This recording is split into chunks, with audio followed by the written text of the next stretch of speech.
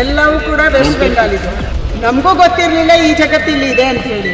ಆ ಆಧಾರ್ ಕಾರ್ಡ್ ಅನ್ನು ನೋಡಿದ್ರೆ ಗೊತ್ತಾಗುತ್ತೆ ಇದು ಡೂಪ್ಲಿಕೇಟ್ ಮಾಡ್ಕೊಂಡಿರೋದು, ಪ್ರಿಂಟ್ ಹಾಕಿಸ್ಕೊಂಡಿರೋದು ಅಂತ ಗೊತ್ತಾಗುತ್ತೆ. ಶ್ರೀ ಸಾಯಿ ಗೋಲ್ಡ್ ಪ್ಯಾಲೇಸ್ ನಲ್ಲಿ ಆಷಾಢ ಮೆಗಾ ಆಫರ್. ತಪ್ಪದೇ ಬರ್ತೀರಲ್ಲ. ರೋಡ್ ಸೈಡ್ ಎಲ್ಲ ಬೇರೆ ತಗೊಂಡಿದೆ.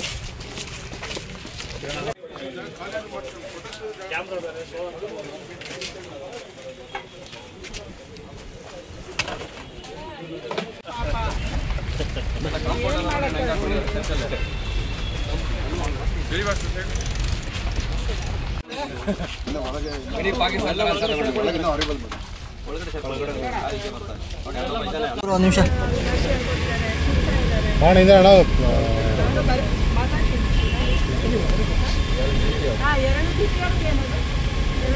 कोलकाता से कब आया?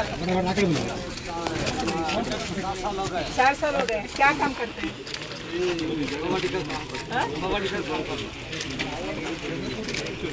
किसको बेचते हैं? किसको बेचते हैं? इधर आते हैं. ये घर को कितना किराया देते हो? किराया नहीं देता. आपका ठेकेदार कौन है? कौन है ये बिजली सब दिलाया? नाम क्या है?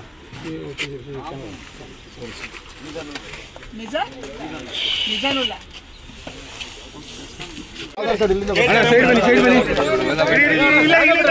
ಸ್ವಲ್ಪ ಹಿಂದೆ ಬನ್ನಿ. ವೆಸ್ಟ್ ಬೆಂಗಾಲ್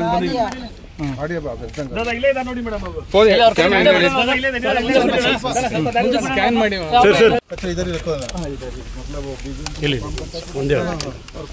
ठेला गाड़ी लेके जाता है गली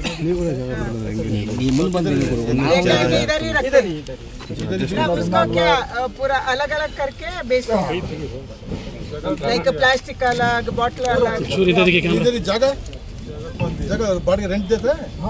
किसको? ओनर का इधर रहता है वोटर कार्ड है ना, वोटर कार्ड दे दो.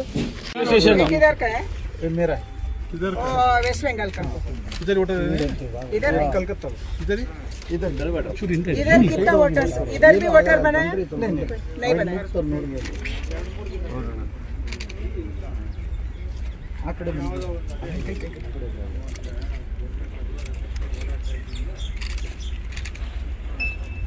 ಕಾರ್ಡ್, ವೋಟರ್ ಐಡಿ ಎಲ್ಲವೂ ಕೂಡ ವೆಸ್ಟ್ ಬೆಂಗಾಲ್ ಇದು.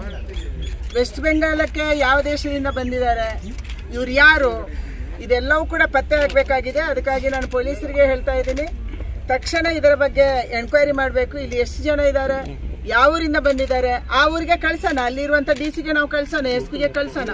ಇವರು ಯಾವ ಊರವರು, ಅಲ್ಲಿ ಇದ್ದಾರೆ ಇವರು, ಅವರ ಅಡ್ರೆಸ್ ಏನು, ಈ ಅಡ್ರೆಸ್ ಸತ್ಯನಾ ಸುಳ್ಳ, ಇದೆಲ್ಲವನ್ನ ತಿಳ್ಕೊಳ್ಳೋಕ್ಕೆ ನನಗೆ ಅನಿಸುತ್ತೆ ಅಗತ್ಯ ಇದೆ ಅಂತ ಹೇಳಿ.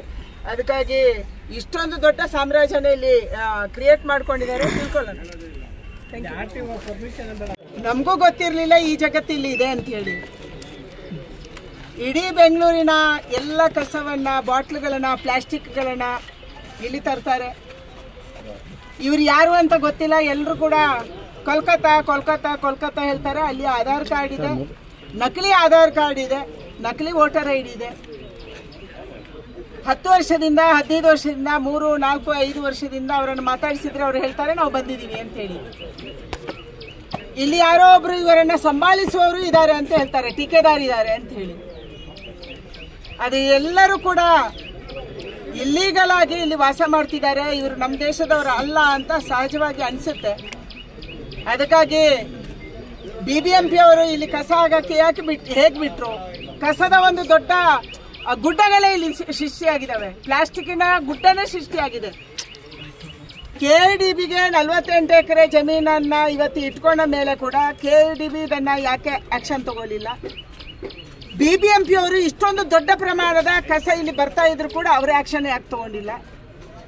ಹೈಕೋರ್ಟ್ ಬಹಳ ಸ್ಪಷ್ಟವಾಗಿ ಹೇಳಿದೆ, ಓಪನ್ ಜಾಗದಲ್ಲಿ ಕಸ ಹಾಕಬಾರ್ದು, ಸುಡಬಾರ್ದು ಅಂತ. ಇಲ್ಲಿ ಸುಡ್ತಾ ಇದ್ದಾರೆ, ವೈರ್ಗಳನ್ನು ಸುಡ್ತಾ ಇದ್ದಾರೆ, ಅದರಿಂದ ಅದರ ಒಳಗಿರುವಂತ ಕಾಪರ್ ಅನ್ನು ತೆಗಿತಾ ಇದ್ದಾರೆ, ಪ್ಲಾಸ್ಟಿಕ್ ಅನ್ನು ತಂದು ಹಾಕೊಂಡಿದ್ದಾರೆ. ಇದನ್ನು ಯಾರು ಮಾತಾಡ್ತಾ ಇಲ್ಲ. ಅಂದ್ರೆ ಪೊಲ್ಯೂಷನ್ ಕಂಟ್ರೋಲ್ ಬೋರ್ಡ್ ಎಲ್ಲೋಗಿದೆ?